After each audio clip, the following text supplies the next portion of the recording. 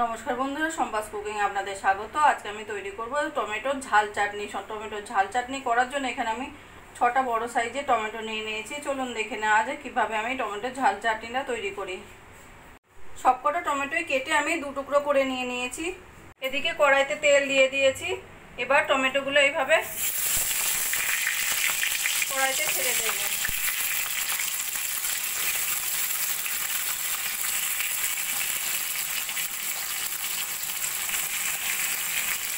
সব টমেটোগুলোই কড়াইতে দিয়ে দিয়েছি। আর এখানে আমি একটা গোটা রসুন ছাড়িয়ে নিয়েছি, সেই রসুনগুলো এর মধ্যে দিয়ে দেব।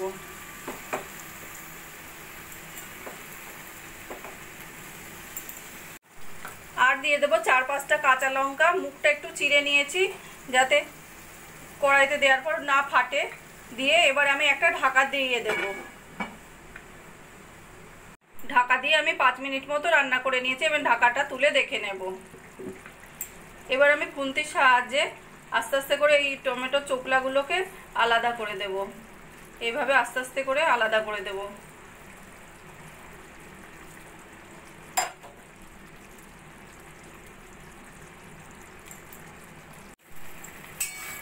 সব টমেটোর চোকলাগুলো ফেলে দিয়েছি। এবার খুন্তির সাহায্যে এইভাবে রসুন লঙ্কা টমেটোগুলোকে এইভাবে ম্যাশ করে নেব।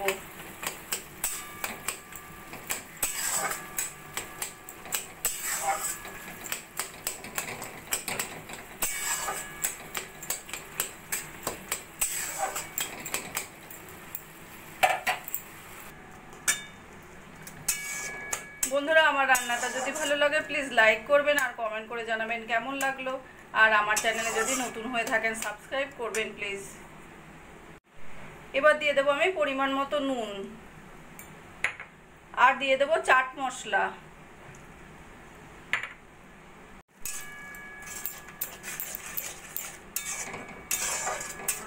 নুন চাট মশলাটা ভালো করে মিশিয়ে নেব।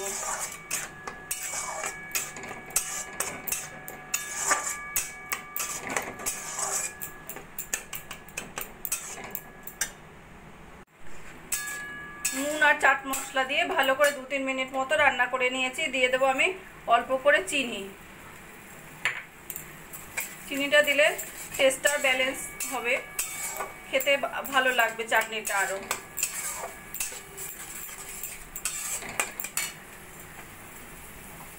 দিয়ে দেবো হাফ লেবুর রস।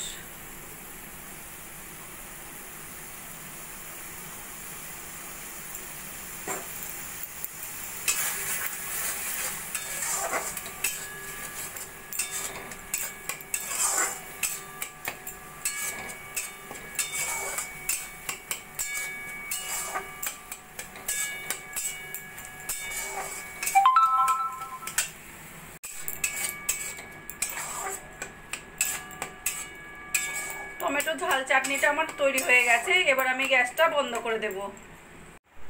টমেটোর ঝাল চাটনিটা আমার তৈরি হয়ে গেছে। আমার এই রেসিপিটা যদি ভালো লাগে আপনারাও বাড়িতে বানিয়ে দেখতে পারেন। রুটি পরোটা ভাত সব কিছুর সঙ্গে খেতে অসাধারণ লাগবে। আর কমেন্ট করে জানাবেন কেমন লাগলো। প্লিজ লাইক শেয়ার ও সাবস্ক্রাইব করবেন।